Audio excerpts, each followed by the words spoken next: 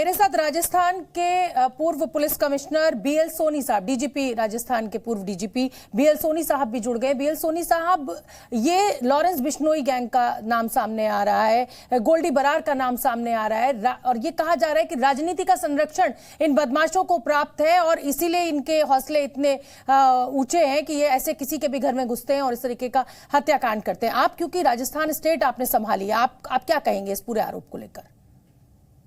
देखिए, ये बहुत ही दुर्भाग्यपूर्ण घटना है और नॉर्मली इस तरह की घटनाएं राजस्थान में होती नहीं है, तो इट्स वेरी सीरियस क्राइम।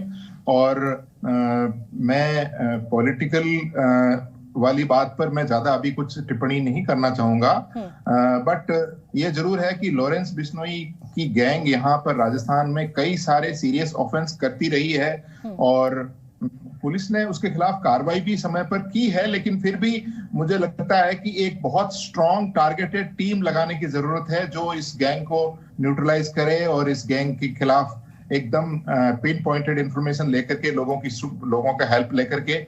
और हम ऐसे करते ही बर्दाश्त नहीं कर सकते कि हमारे राजधानी में और दिन दहाड़े इस तरह से घर में आकर के कोई एक सबरांत आदमी को जो बहुत पॉपुलर है, लेकिन सोनी साहब, ये कोई आम मर्डर नहीं है। आप समझ रहे हैं, ये कोई ऐसा नहीं है कि लूटपाट के मकसद से मार दिया, घर में घुसे साहब, सोना छीनना था या चांदी छीननी थी और इसलिए मार दिया। ये सुखदेव सिंह गोगामेडी का मर्डर किया गया, तो आप इसमें क्या मोटिव देख रहे हैं? और क्या ये लॉरेंस बिश्नोई गैंग जो है और करनी सेना के जो चीफ है या करनी सेना के जो लोग हैं, उनके बीच में आप किस तरीके की राइवलरी देखते आए हैं? पुराने केसेस की अगर मैं जिक्र करूं, बात करूं तो देखिए, मेरे को डायरेक्टली इस गैंग को डील करने का कभी मेरा मौका नहीं पड़ा। मैं काफी लंबे समय से पहले एंटी करप्शन में था और फिर इससे पहले जेल में था।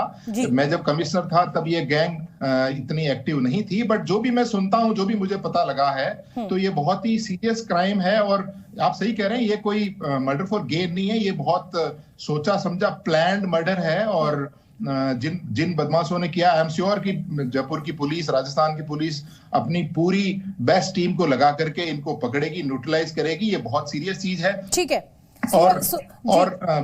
जी मैं आऊंगी सर आपके पास।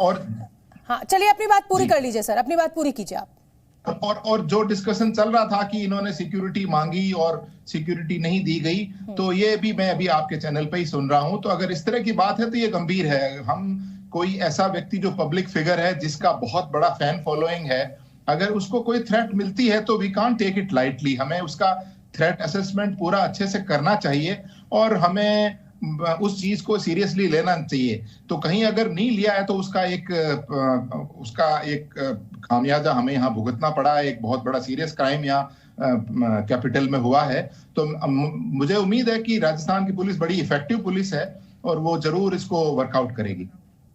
ठीक है, मैं अरविंद जैन साहब आपका रुख करना चाहूंगी। आपने सुना राजस्थान के पूर्व डीजीपी को, आपका भी पुलिस में एक लंबा चौड़ा आपने वक्त गुजारा है, तमाम इस तरीके के केसेस देखे होंगे। जैसा कि मैं कह रही हूं कि ये कोई आम मर्डर नहीं है, लेकिन क्या राइवलरी का इतना बड़ा होना, ये इसको इस तरह से देखा जाना चाहिए कि लॉरेंस बिश्नोई जो है वो कभी सलमान खान को धमका देता है, कभी किसी और बड़े आदमी को धमका देता है और कहीं ना कहीं ये पूरे दुनिया में ये मैसेज देना चाहता है कि देखिए साहब, इस समय मेरा दबदबा है। और क्या पुलिस इस देश की इतनी जिसे कहा जाए कि निकम्मी हो गई है, या ये कहिए कि फेल हो गई है कि खुलेआम धमकी दी जाती है और फिर मर्डर हो जाता है और वही ढक के तीन पात?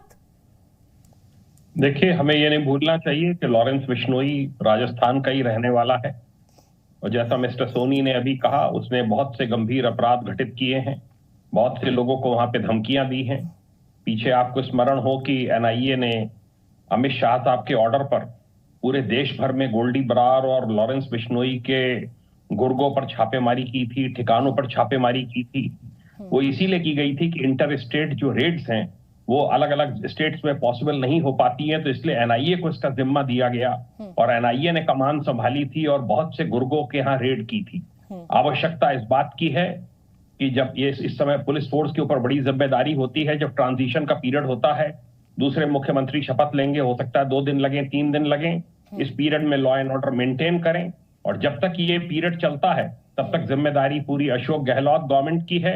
जब तक कि नई सरकार नहीं आ जाती है तब तक लॉ एंड ऑर्डर को मेंटेन करना पुलिस का और आउटगोइंग सीएम का, कार्यवाहक सीएम का कार्य है। और किस वजह से राइवलरी थी, क्यों धमकियां दी जा रही थी, उसके पीछे क्या था, इनके पीछे कौन कौन लोग हैं, पूरी साजिश का अनावरण होना चाहिए। कठोर से कठोर कार्रवाई ऐसे लोगों पर होनी चाहिए। एक मुझे बताया गया कि एक शूटर जो है वो मुठभेड़ में मारा गया है, कहां तक सही है जो खबरें आ रही हैं? सर, मारा गया है, सही खबर है जी। कड़ी से कड़ी कार्रवाई, कोई शेखावत करके है जो मारा गया है, कड़ी से कड़ी कार्रवाई होनी चाहिए। पूरे स्टेट में रेड्स होनी चाहिए, और अगर सेंट्रल एजेंसीज की इसमें मदद की आवश्यकता हो, एनआईए, इंटेलिजेंस ब्यूरो, उन सबकी मदद भी ली जानी चाहिए। ये इस प्रकार का आतंक किसी गैंग के द्वारा देश भर में फैलाया जाना कि किसी को भी धमकी दे दी, किसी के ऊपर भी गोलियां चलवा दी, ये बिल्कुल भी एक्सेप्टेबल नहीं है। और राजस्थान पुलिस को ऐसे में, जयपुर पुलिस को, सब अपने सारे जितने विश्वसनीय कार्य हैं वर्कर्स, जिनके पास अच्छा इंटेलिजेंस कलेक्शन है, जो इस फील्ड के माहिर हैं, उनको लगाकर कठोर से कठोर कार्रवाई शीघ्र से शीघ्र करनी चाहिए। अन्यथा शपथ ग्रहण के समय जो एक शांति एक्सपेक्ट की जाती है वो भी नहीं रह पाएगी, और नई सरकार के लिए बड़ा चैलेंज है। और 5 साल जो अगली गवर्नमेंट है उसके कार्यकाल का अभी से एक रूपरेखा बन गई है कि कड़ी कार्रवाई लॉ एंड ऑर्डर फ्रंट पर, कम्युनल फ्रंट पर करनी होगी, और उसके लिए नेता लोग बात भी कर रहे हैं। ये की जानी चाहिए, ये आवश्यक है। राजस्थान रेप्स के मामले में और में काफी ऊपर है, और इन सब क्षेत्रों में बहुत कठोर कार्रवाई की आवश्यकता है। और ये जो आरोप लगाया गया कि अशोक गहलोत गवर्नमेंट से सुरक्षा मांगी गई और नहीं दी गई, ये भी सब पॉलिटिकल रीजंस हैं। जैसा शशिकांत जी ने कहा, पॉलिटिकल मोटिव्स हैं इसके पीछे कि उनको सुरक्षा क्यों नहीं दी गई, और इसकी भी जांच होनी चाहिए। और नई सरकार को पूरा के द्वारा असेस किया जाना चाहिए कि किन किन को आवश्यकता है, कौन कौन निशाने पर हैं, और उन सबको सुरक्षा प्रदान की जाए, और पूरे स्टेट में एक अराजकता का जो माहौल ऐसी घटनाओं से बनता है उससे रोका जा सके। बिल्कुल ठीक है, आप बने रहिए सर, बहुत बड़ी बात आप कह रहे हैं। जी न्यूज़।